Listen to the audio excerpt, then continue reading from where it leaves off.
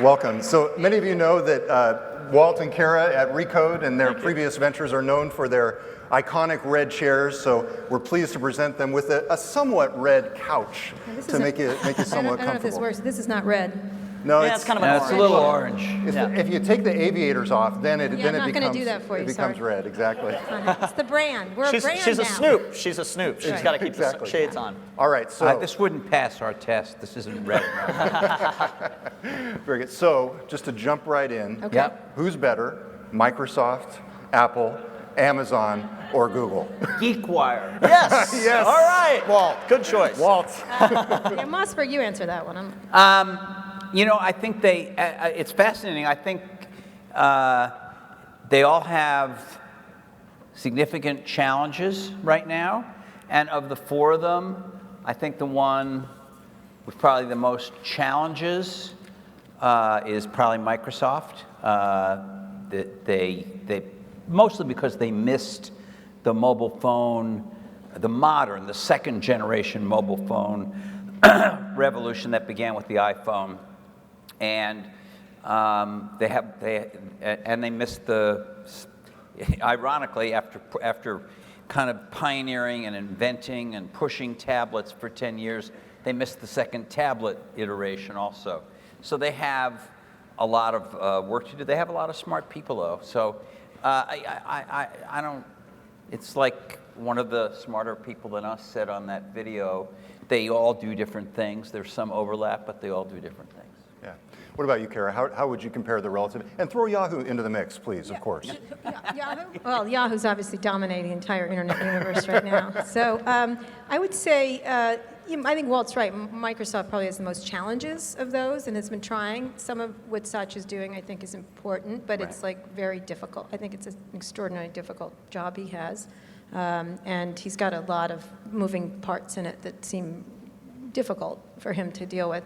Google continues to dominate, I think. I think Google, of all the companies, is probably the most frightening and continues to do things. And under Larry, he seems to be a very effective CEO, strange as ever, but still probably the most hard-hitting CEO at this point.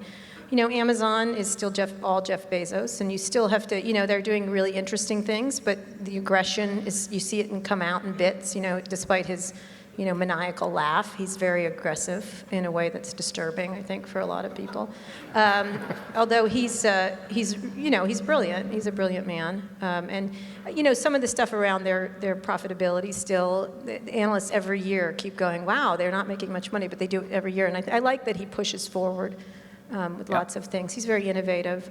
Who else? Google, Yahoo. I think they're in real trouble, as you might imagine. Yeah. So which is the toughest company to cover as a reporter, Kara, or Walt? Reporter? Or either way. Well, Walt gets different access than I do, so why don't you talk first? You do? Yeah, they let him come into the building, although not Yahoo, right? I would say, no, they don't let me come into Yahoo. Does anyone at Recode get to go into Yahoo? No. No. Okay. No, they're We not. used to. In the next CEO, they will. So. The hardest of those companies to cover, it's kind of a tie between Apple and Amazon, but I would actually say there are ways in which Amazon is actually more secretive than Apple, which defies the conventional wisdom, but it's true. And that's not to say that I haven't had some good, and our reporters haven't had some good meetings with folks at Amazon as well as Apple, but they tend to be, both those companies tend to prize secretiveness more than most companies in our space do. I'd agree. Apple has opened up a great deal under Tim Cook. I think Really? there's more accessibility. Yeah, they're not quite as, it's not quite as the fear. We were never particularly scared of them, and we get a lot of news out of them, obviously. We break a lot of news about Apple. But it's, it doesn't lend itself to spending a lot of time, but they are much more, you get a lot more access. Not everybody does. You've read all the stories, but you definitely, it's changed under Tim Cook, I would say. Well, it's interesting because, Walt, you had a strong relationship with Steve Jobs. Do you have a similar type of relationship with Tim Cook? I think I have you'd have to ask him. I think I have a good relationship with Tim Cook, but I haven't known him nearly as long as I knew Steve Jobs. And I would point out that I actually spent about as much time with Bill Gates as I did with Steve Jobs. Again, it wasn't like we sat there singing Kumbaya and agreed on everything. That was later. But, you know, Bill Gates was very generous with his time, at least in my case, in explaining his point of view of things. And sometimes I would disagree with him, but and he would disagree right back, so it was fine. I don't think Walt used to go walking with Steve Jobs because he used to like that, correct? I mean, yeah, they were different. I mean, they were different, but they were not different because all these people, what Kara said about Jeff Bezos and Larry Page, I think it's true of whether it's Mark Zuckerberg or when Bill Gates was running Microsoft, when Steve Jobs was with us and was running Apple. These are very strong-minded, strong-willed people. If you want to get your idea to change the world, to dent the universe, whatever those phrases are, you have to just be kind of monomaniacal about it. It doesn't mean you should never change your mind. And actually, at one of our conferences, his first big public appearance, Tim Cook talked about how much Steve Jobs changed his mind and could be actually talked out of things or into things that people never knew. So you have to be somewhat flexible. Bill similarly exhibited that. But once you got the plan or the idea or the vision, these guys, they're just... Yeah, and it's today the same single executives focus. today in Silicon Valley, like Travis Kalanick. He's really quite a... Yeah, the CEO of Uber, for those that don't know. CEO of Travis. Uber. Yeah. Some of the newer CEOs are similar in personality. Yeah, I think, in terms of, you guys are known for probably one of the most historical videos ever in bringing together Steve Jobs and Bill Gates on stage back in 2007. It actually happened live as well as on video. Really? I wasn't there for that. Amazing. Yeah. But talk about how that came together, that moment, and what do you remember from that? Because I truly believe it is a historical moment in getting those two together. So the first thing you have to know is that both of them were very generous to us when we were starting our conferences, which at the time were called All Things the D Conference, the All Things D Conference, and now are called the Code Conferences. But they were very generous, and they both had spoken numerous times prior to this event you're talking about, so they were used to it. They'd come, they'd submitted to interviews like we idiotically are submitting to right now, and so they knew what it was. And Kara and I had talked for a few years about what was our dream. Why don't we get them together? So one year, I just picked up the phone and I started with Jobs because I thought he'd be the likeliest one to say no. He said, do you think Bill would really do it? And I said, well, my guess is he would, but I don't know for sure. He said, well, if Bill will do it and we can keep it on a high level, I will do it. And I said, well, that's great. I said, I think the high level depends on you guys, because it's fine with us if you guys want to have a big cat fight on stage.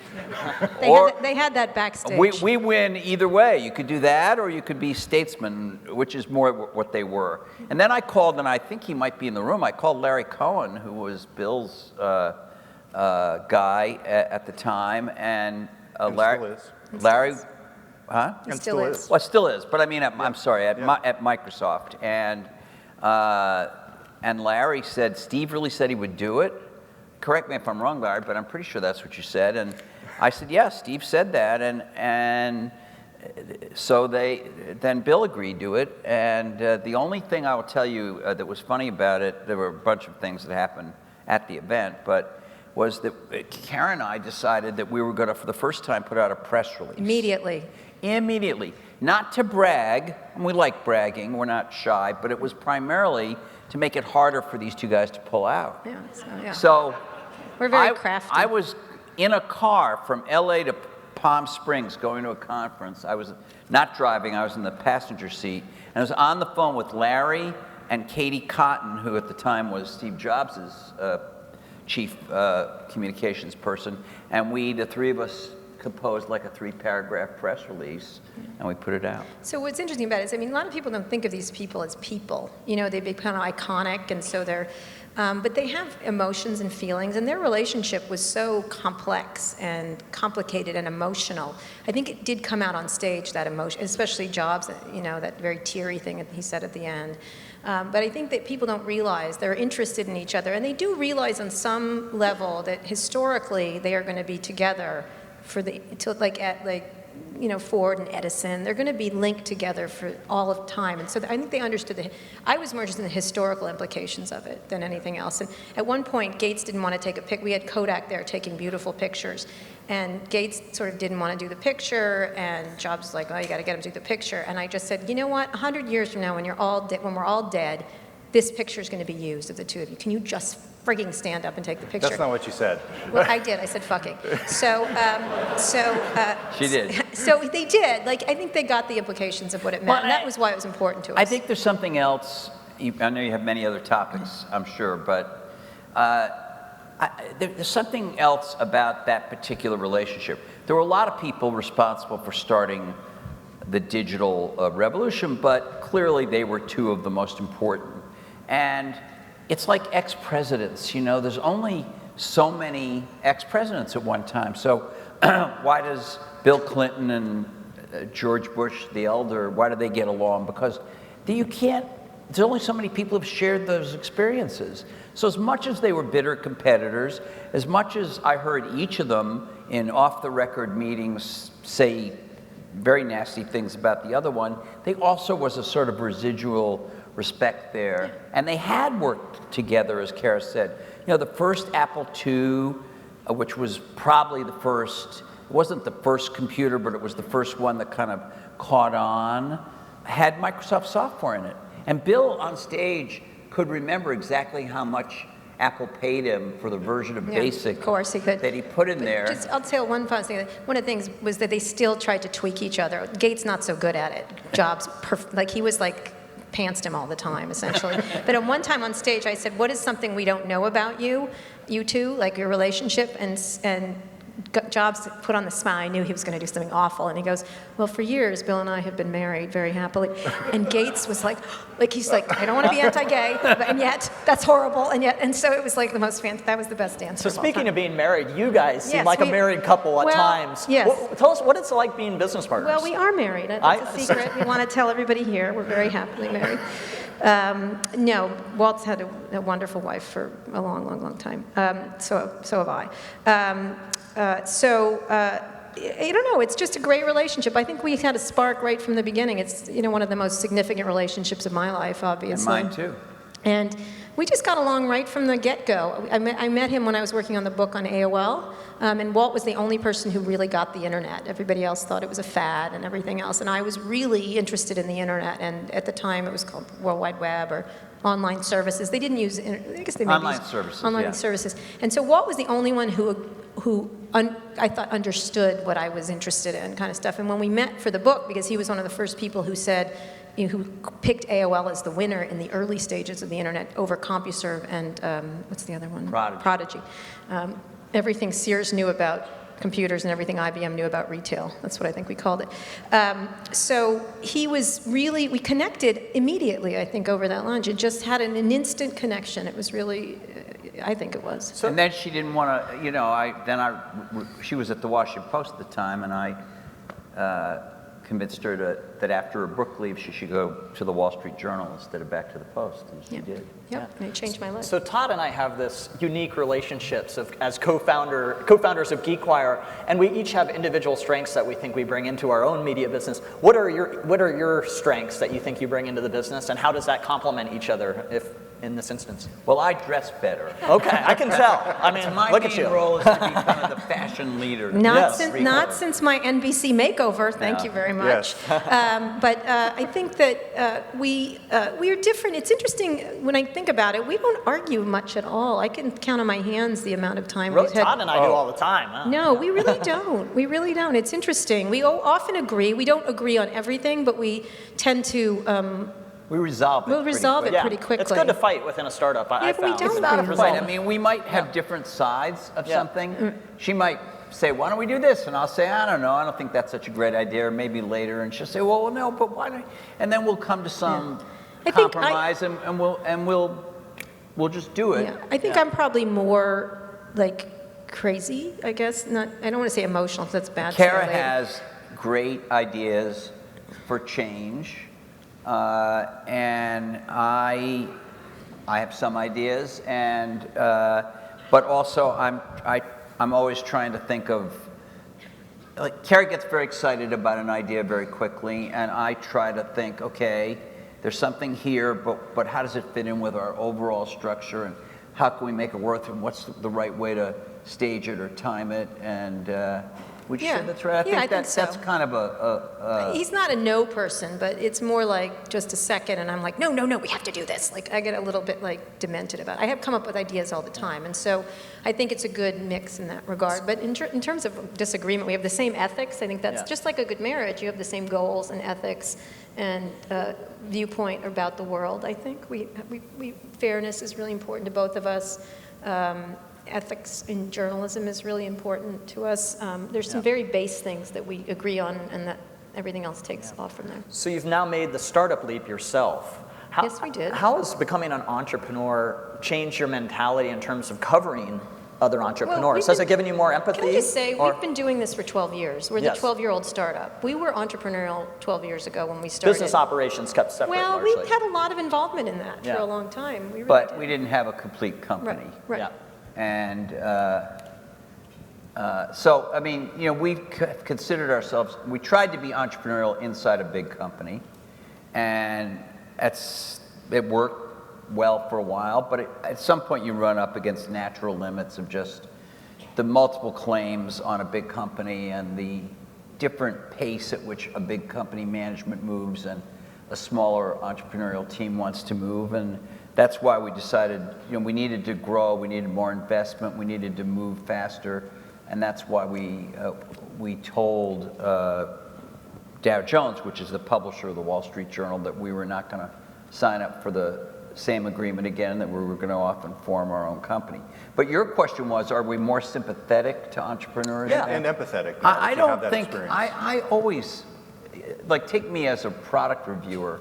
I know this sounds strange because they don't always draw as much attention, but I would rather, always have felt this way, would rather write a review about a product that I thought was good that was done by 3 or 5 people than another, even if it was a good product, Apple or Microsoft product. And so I did, I think it was the first review of Zillow, and the column managed to crash their servers whenever the service went live at midnight that night. And that was kind of a cool, it was a cool to find a small, relatively small company, and there are even smaller companies than that had cool products. So I always, and I know this is true of you too, we always emphasize with entrepreneurs. We definitely have been much more entrepreneurial throughout the years, but there's definitely more of a, we work even more now, which is interesting, and everything concerns us. We're concerned about, unlike other startups, we're concerned about making money. We've always made money, and, you know, the prospect of not is upsetting to us. Actually, you know, we want to pay people back. And so probably a big error on our part. We should just not care and spend like crazy drunken sailors. But we care about that. That's something I think about. We think a lot about our employees. We've taken them on this journey, and we want to have a great experience for them, and we want it to be successful. So I think about that. Some days I feel like I'm being pecked to death with lots of meetings and things, like, it's like, and I don't Too write many as much. meetings, And so the things I'm concerned with now, like, I cannot stand having another SEO meeting again. Like, you know what I mean? And those kind You of things. understand, this is all being tweeted. Yes, I know. I don't care. As usual, I also don't give a So fuck. the person that runs those meetings, Oh, sorry, Jessica. Anyway, but it's true. It's like I say it in the meetings. Don't even talk to me about meetings, Mossberg. Mossberg's always complaining about meetings. So it's just that kind of stuff. I stay up at night. I do. My phone starts buzzing at 6 in the morning, and it's always something different. So it's exciting because every day it's like I deal with 6 different things, including journalism. By the way. You said you're making money. Does that mean you're... No, not this year. No. she said we're concerned. We're concerned we about have made money for the past 12 years. We've expanded, really. This has been a year of... We've said it publicly. We're not, That's we the don't point. talk about our finances, we're not a public company, but I mean, most startups don't make money in their first year, and you wouldn't expect us to be the exception to that Yeah, rule. we've expanded rather But dramatically. the difference that I think Kara was trying to point out is we never sort of started this and said, well, let's have an exit really quickly, and Right. we don't care if we ever make money. We want this to be a serious, enduring company also a lot of- that does great journalism and is financially viable. Yeah, and the CEO thing is interesting because we're co-CEOs, and we're the only co-CEOs that get along, actually, which is interesting. Don't want to kill each other. We do. I was sitting at a dinner with, I'm not name dropping, with Dick Costello and Drew Houston. We were at a dinner and we were sitting next to each other, and Dick was complaining about. He's like, oh, this person was unhappy, but then I thought they were happy, and then Drew was like, oh, I know, and I was like, oh, I know, and I was having like a discussion about gripey employees with them, and it was really, I never had that discussion before, and I knew what they were saying because I felt responsible, which was weird to agree with Dick Costello. Which ones specifically are the gripey employees? Oh, Do you no, wanna- ours are all delightful people who are all, no, we have a wonderful staff. That is 100%, it's one of the most cohesive groups of people, and you can see it by how long they've stayed and everything, so. So when They'll you probably look all at leave tomorrow, so. When you look at the state of journalism today here in 2014, what concerns you the most? You're trying to set a new path here with Recode, much in the same style that we are at GeekWire, but what's on your mind? Are you concerned? Do you see fertile ground ahead? Is it a prosperous area? Mossberg will do the future of journalism. It all depends on you, Mossberg. I think it's a really difficult time to be a publisher. I think it's a really great time to be a journalist. I think if you think back just a very short time, 30 years, if you really wanted to make it in journalism, you had to find somebody who owned a television license or printing presses to hire you and to give you a significant enough spot in their news product that you got to do your journalism and be noticed. And now you don't have to do that. The barriers to entry are much lower. Problem is that doing quality journalism, doing highly ethical journalism is as hard as it ever was. And you're not surrounded with the kind of institutional memory, and in a lot of cases, even the editing structure that would help you to do that well. I mean, one of the things we focused on when we started our new company was we built a whole layer of tremendously good, smart editors who work with the reporters, who want to see the reporters succeed, who want to see the site succeed, and who have a strong sense of ethics, but also quality, and it's essential, I think, to make the whole thing work. Yeah. I'm less worried about the future of journalism. I think journalists, and as someone who talks about themselves too much, I think journalists talk about themselves too much. That said, let me talk about myself. I think that journalists worry a little bit too much about wither themselves, the wither thing. And I think readers are reading more than ever. They're consuming lots more things from lots more places. So it's not they don't want the content, it's how these things are configured. And I think the idea of changing configurations is worrisome only to journalists, but it will be different than it was before. But I think probably, if you had to guess, the most change-averse people on the planet are always media people. Yeah. You know what I mean? So And they're Kara- also grumpy. Kara, I want to ask you a question following up on the New York Magazine piece, which called you the greatest tech scoop or snoop in It's all downhill from here. Yeah. So who are you snooping around on here in Seattle? What's the scoop here? Hearing nothing. I got here late, and I had to haven't deal done with anything? Tony Hsieh this morning, so I All right. Yeah, I overheard a conversation you were Yes. having about Tony Hsieh on Yes. the way in. So, He's very all right. I just particular wanted to make about sure I corrections. wasn't going to get scooped here. No. It's that we just ran a series on Las Vegas, and Yeah. if It's there's a fascinating. comma out of place, I get an email from them. But no, there was some. He wrote us answers to some questions about some of the things that have been going on there lately. He was we published it in its entirety because it was super interesting. That's a really interesting thing that's going on there in Vegas. Yeah. So I'm sorry, who am I asking- snooping around on? Yeah. I still, everybody, pretty much. It's interesting. I always go up to people and say I know things that I don't, and sometimes I get a good reaction. That's my new tactic. But it worked. this week. On what story? I'm not saying. Okay. So the person doesn't know I didn't know. So I think I am really interested in Yahoo, obviously, still. I got tired of it for a little while, but now I'm interested again because she's got this big pile of money. So I'm interested in that. I'm not obsessed with it, Mossberg. I can hear you, like, silently speaking to me. I said nothing. I know, I heard it, though. It was loud. I'm interested in Apple, I think, a little bit more. I think it's really interesting. I'm very interested in Satya, what he's doing at Microsoft. Google's obviously a really interesting company to me, and now I can look at it a little stronger with Megan gone. Yeah, so all those companies put Right. together, many of them have very charismatic founders, and we were Yeah. talking about the historic interview that you did with obviously Steve Jobs and Bill Gates. If today you could get any two people on stage together to interact, who would it be and why?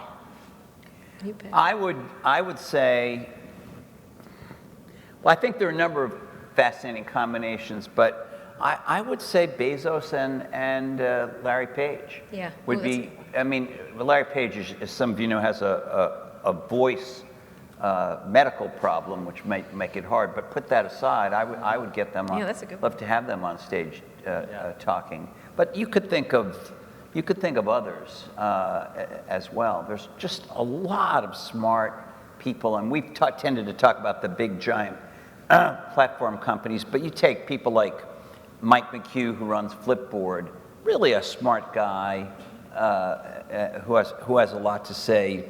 You could talk about, Dick Costolo. We've had him a number of times. Like. He's a funny guy because he used to be a stand-up comedian, but he's also a smart guy, and he has interesting challenges to I'd like to face. put Ellison and Gates on stage together. I think that would be interesting. That would also be a very interesting one. Larry Ellison and Gates. I would like to put Zuckerberg. So Larry Zuckerberg Cohen and Gates would- would be interesting. Zuckerberg Would and Gates Yeah. do that? Would he go on with Ellison? Apparently they've made up. That's what Larry told me, but he probably lied. Yeah. So as you look at returning to Apple for just a moment, they've obviously been able to define new platforms. Even if they weren't the first to market, they were able to come in and define new platforms with the iPhone and the iPad, and prior to that, the iPod. Can they do the same thing with the Apple Watch? Well, I think that's the $64,000 question, and I think and that's the price of the Apple Watch, by the way. That's the gold- one Mossberg is getting. The gold special one, the blinged gold out one, 64,000. You forget they're entering two huge new categories. One is a gadget, the watch, so we tend to think about that, but the other is this Apple Pay payment system, which could be enormous. Nobody has succeeded at that. But they have 500 million credit cards already on file in the iTunes Store and the App Store. And when you get that software, supposedly later this month, on your Apple device, well, I shouldn't say your Apple device. It has to be on an iPhone 6 or the watch. But I've seen some iPhone 6s around here. So you get it on your iPhone 6. The first thing it's going to say to you is, would you like to use the card you already have on file with us? Click, tap. Maybe there's a second one that says you sure, whatever. But after that, you're done. You didn't have to type in any numbers, do anything. And if you, in that second, give it any thought at all, and you think, well, has Apple sold my credit card number or done anything I consider nefarious? And you don't think they have, you're probably going to say, okay. Yeah, I think he's right. I think everyone focuses on the watch because, geek writers are just like, ooh, whatever the next thing is. They're like, I don't know, fans of One Direction. They go crazy, about like whatever. I think that, I don't think the watch is, I think maybe it'll be good, maybe it won't. Maybe it'll be the bread machine of 2015. I don't know. But I think the Apple Pay thing is really important. Like, I have always thought that is, it's not quite as interesting, but, I use a lot of apps to pay. I use the Starbucks app. Walt and I both use it a lot. And I love that. And I love all the payment apps that are good. Like, that happens to be one of the best payment apps. This is clearly a first world problem, but you have to think to yourself, not so much, everybody says, well, how hard is it to pay by credit card? And it isn't hard. But the question is, when you're waiting in line, in fact, I'll take a poll. Can I take? Am I allowed to take a poll? We took one earlier. Go So ahead. I'm going to take a poll. when you're waiting in line at Starbucks or the supermarket or wherever you happen to be waiting in line, are you holding in your hand, what are you holding in your hand? Are you holding your phone or your wallet? Phone. Your best friend, your phone. Let's Your do phone. wallet. Raise your hand up if you're holding your wallet. Already holding your wallet when you're in line. Yeah. And How phone. about already holding your phone when you're in line? Everybody. Look at that. All right. It's So almost the amount of Android users we have out there. if I'm in where any kind of a brick and mortar establishment, I'm holding that phone. And if Apple really makes it as easy as it was when I demoed it, when I got the demo at their event in September, and when they showed it on stage, where you just put your thumb or your finger, whatever it is that you've trained on the fingerprint reader, and you just wave it or tap it over the thing and walk away, and that's it. The clerk has not seen your credit card, and they haven't actually even transmitted your real credit card number and all that kind And of stuff. also, this whole idea, it's not just that, but it's this push, when Uber was started, it was push a button, get a car. Push a button, get a, I think is a really, we did an Liz Gaines, who works for us, who's fantastic, did this series. We're doing a lot more series now, called the Instant Gratification Economy, and it was push a button, get a. At one point, we pushed a button and we got pot at the office, which was, of course, we didn't smoke it. It was No. So, but it was interesting that push a button, get anything, and everything, the remote control of your life, to us, that's a really important trend. Sensors are something we think important, very important going forward. This stuff around your body, I mean, eventually, I think you're going to have, I was at a dinner the other night for Stripe. They had a 3rd birthday party, and so they had to have their party for it. And I think at some point, I was like, you're going to have a little thing in your hand that's just going to do, you just imagine that it's going to be integrated. I think that, back on the watch in a way, whether it's Apple's or anybody else's, these are really a solution to where do we carry the sensors that are being invented for health and for location and for messaging and for other things. Yeah. And, people at least used to wear watches, so maybe they could It'll be be put interesting to on see. I don't your think it'll be wrist. the glasses. The glasses, You I think, know, are when he was trying not to say what they were doing, but yet to give us some kind of signal, and he was at our conference, Tim Cook kept saying, he kept doing this. I'm really interested in wearables. Yes, he was being super subtle. Doing this, He was being, and we were so- like, are you talking about the ankle? Would that be So your neck? basically, that's just a collection of sensors that if they do it elegantly and they do it with some fashion and it links back to good apps on the phone are interesting. But I think ultimately it's going to be, Kara talked about something in your hand, maybe. I think it could be patches on your body. I think it could be sewn into your clothing. I think that's I think that's I've already essentially- embedded Walt with a chip. He didn't know he was sleeping. Thanks. It might be the smart socks we saw earlier No, but today. it's Well, good. it might be. We had the Remember the pill? The we had pill? we Swallow had the pill? somebody from at the time Motorola who now works at Google talk about a pill you could swallow that would authenticate you, and then we had the CEO of you laugh, but she You did laugh, but Google's already doing it. it was already in your lunch, and and the CEO of Intel was wearing a shirt with sensors, and he called it a wearable shirt. Which Mossberg had the best remark. He's like, all shirts are wearable. It was great. That's how they walk into our trap, our journalistic trap. Yes. You think we're so good, but mostly people are just like, you really just walked into that, didn't you? Now we're going to eat you.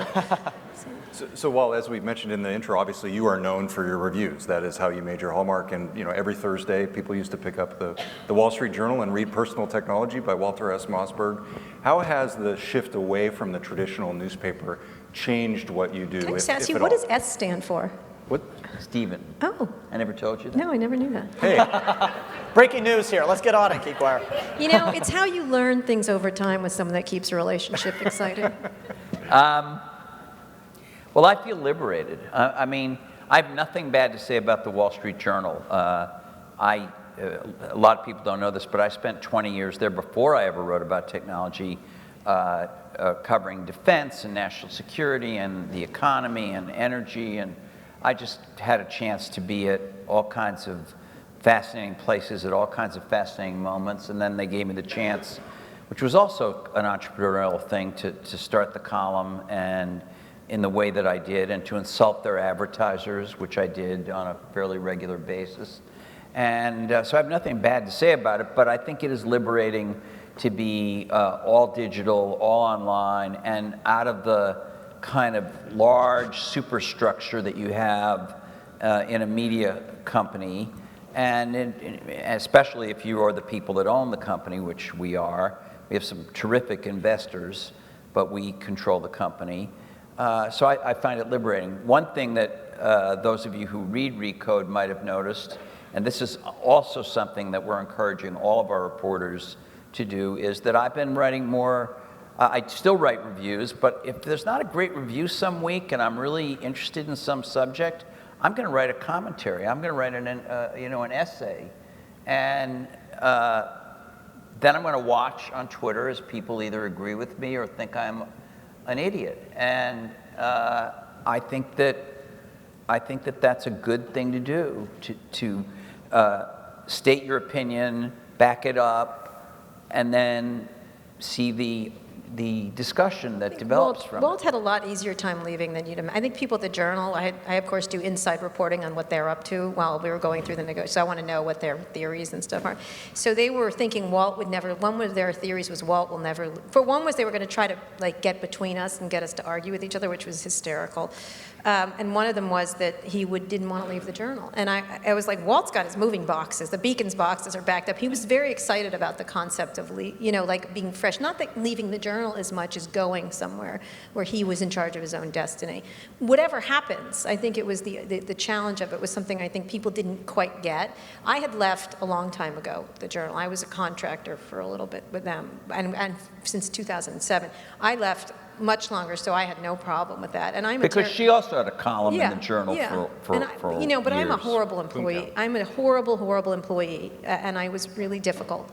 I was difficult because I wasn't difficult, but you know what I mean?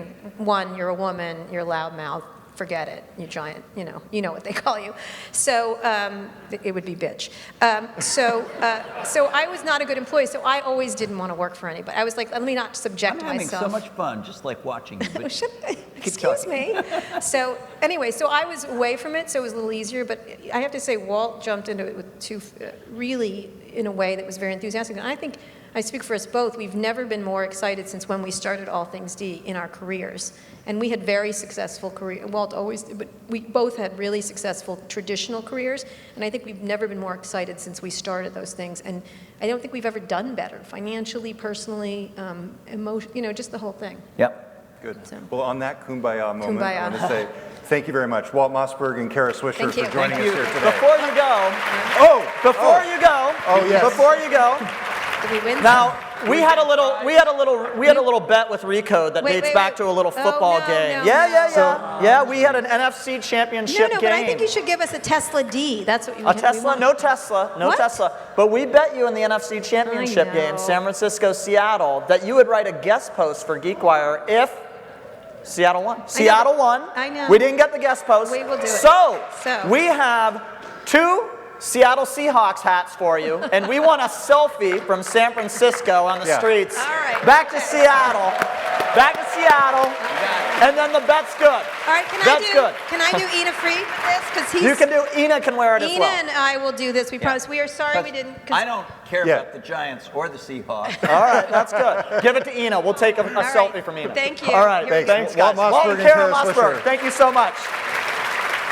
Thanks, Kara. Thank you, Walt. Thank you, Kara. That was fun. Thanks, guys. Thank you very much, Walt.